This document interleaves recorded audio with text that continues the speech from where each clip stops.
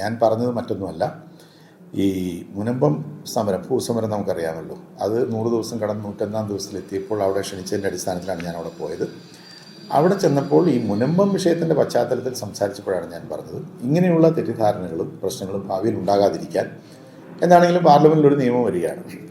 ആ നിയമത്തിൻ്റെ ചർച്ചാവേളയിൽ 2 കാര്യങ്ങൾ ചൂണ്ടിക്കാണിക്കും, 2 കാര്യങ്ങൾ വ്യക്തമാക്കുക. അതായത് ഒന്ന്, ഏകപക്ഷീയമായിട്ടെന്നോ അതല്ലെങ്കിൽ ഒരു സുതാര്യമല്ലാതെ ഒരു തീരുമാനം വഖഫ് ബോർഡ് എടുത്തു എന്ന് തോന്നുന്ന ഒരു സാഹചര്യം ഉണ്ടാകാൻ പാടില്ല, അത് ഒഴിവാക്കണം, അതിനുള്ള വ്യവസ്ഥ ഉണ്ടാകണം. മറ്റൊന്ന്, ഒരു തീരുമാനം എടുത്താൽ അതിൽ വിയോജിപ്പുണ്ടെങ്കിൽ ആ വിയോജിപ്പുള്ളവർക്ക് ഒരു ഉയർന്ന നീതിപീഠത്തെ സമീപിക്കാൻ, അപ്പീൽ പോകാൻ ഉള്ള ഒരു സാഹചര്യം കൂടി, സുഗമമായി പോകാനുള്ളൊരു സാഹചര്യം കൂടി ഉണ്ടാക്കണം. ഈ 2 കാര്യങ്ങളാണ് ഞാൻ ചൂണ്ടിക്കാണിച്ചത്. അത് ഇന്നത്തെ സാഹചര്യത്തിൽ ഭിന്നതയും അകൽച്ചയും ഒക്കെ ഒഴിവാക്കാൻ നല്ലതാണ് എന്നാണ് എൻ്റെ അഭിപ്രായം.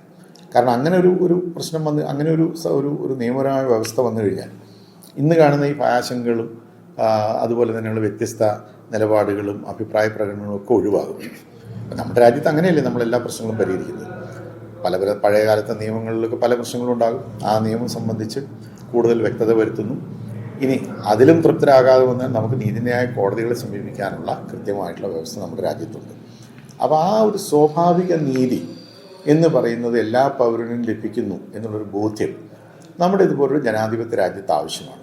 അത് ഉറപ്പാക്കണമെന്ന് മാത്രമേ ഞാൻ പറഞ്ഞുള്ളൂ. അതല്ലാതെ ഞാൻ ഈ കാര്യത്തിൽ പാർലമെൻറ്റിൽ ഈ ബില്ലിന് ചർച്ച വരുമ്പോൾ BJPക്ക് അനുകൂലമായി വോട്ട് ചെയ്യും, BJPയെ പിന്തുണയ്ക്കും, ബില്ലിനെ അപ്പാടെ പിന്തുണയ്ക്കും, ഇതൊന്നും ഞാൻ പറഞ്ഞിട്ടില്ല. ഞാൻ പറഞ്ഞ കാര്യങ്ങൾ പരിശോധിച്ചാൽ കാര്യങ്ങൾ വ്യക്തമാകും. 2 കാര്യങ്ങളാണ് ഞാൻ പറഞ്ഞത്. അതിവിടെ എല്ലാവരും പറയുന്നതാണ്.